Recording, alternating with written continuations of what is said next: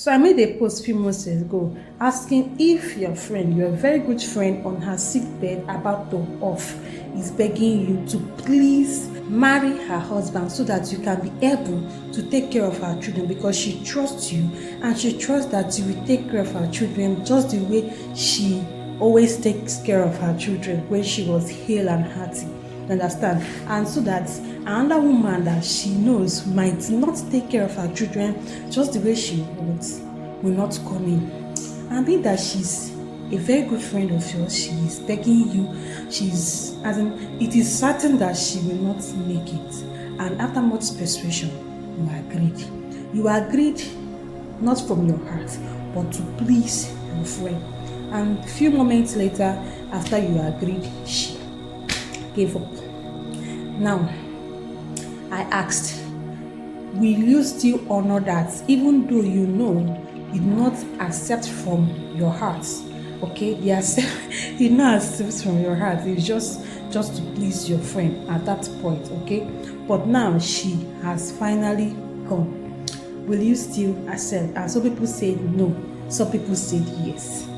And she just made up her mind not to marry the man. Not because she has, she thoroughly or totally disliked him. I don't want to use the H word, okay? But because she don't have affection over the man. You can't just marry someone you don't love. Though people do that. Yeah, people do marry someone that they don't love, maybe because the man has money or the woman has money. Some people with their own reasons why they say yes, I do. But in this story, she don't love the man. Not that the man is ugly. I've asked her, is the man good looking? She said yes. Is the man okay? She said yes.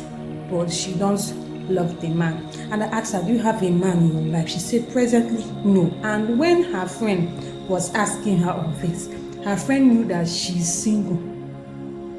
You understand? Now, the friend have been buried. It's been months now.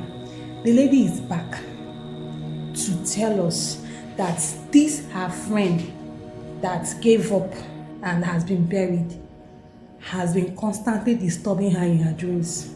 Like she can even sit down, like not dreaming, in a broad daylight and see her friend crying beside her, calling her name.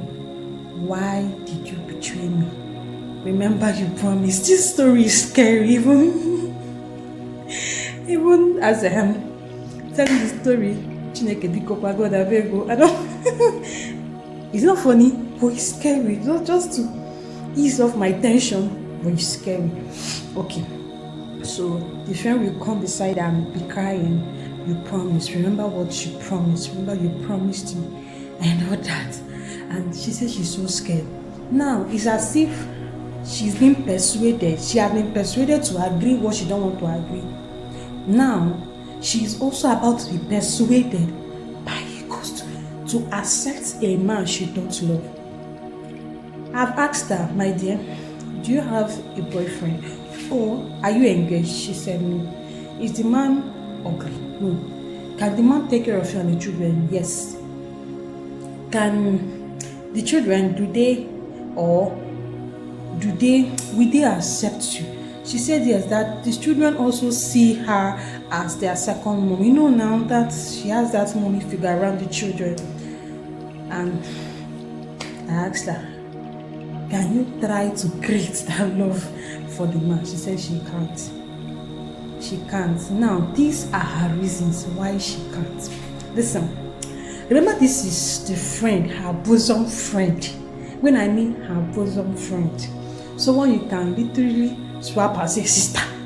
She understand? Not literally, even easily swap as a sister. Someone can ask you, who is this? Say she's my sister. You understand that extent of relationship. For the lady on her sick bed, knowing that she'll not make it, ask her friend to marry her husband. Now these are her reasons. First of all, being that her friend has been married or even got married before her, and they have been friends since school days, and her friend got married earlier. She didn't have a husband and she don't even have a serious date. Now, secondly, if she accepts to marry the husband, it might look as if she contributed, not just even contributed, she is the main kingpin why her friend died. So people will not even understand that part. Okay, your friend begged you. People might see it that you are the right person for that your friend to ask for such a favor. That is why you have to, because you have been single all your life, or not just single all her life. She got married before you, and she has children, happily married. And maybe time is not on your side, but she said she's in her early 30s. Maybe time is not on your side. You thought the best option for you is to off your friend so that you take over her family. Do you get that?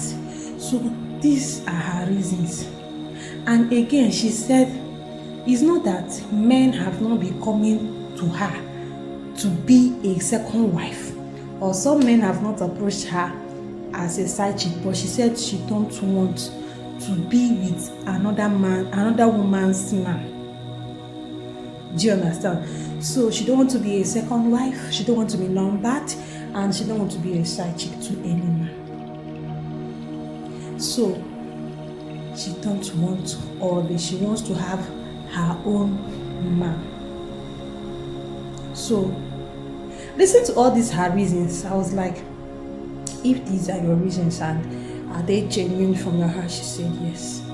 But her friend keeps disturbing her, begging her, please, I don't want my husband to marry another woman that will come and torment my children. Remember, you promised me. This story, I want to kind of give kind of a moral lesson, starting from what happened months ago. Most of you remember that post, right? It was a write-up. I was in a hurry, so I had to just give a write-up. I told her to just listen or read people's comments and maybe pick something from there, right?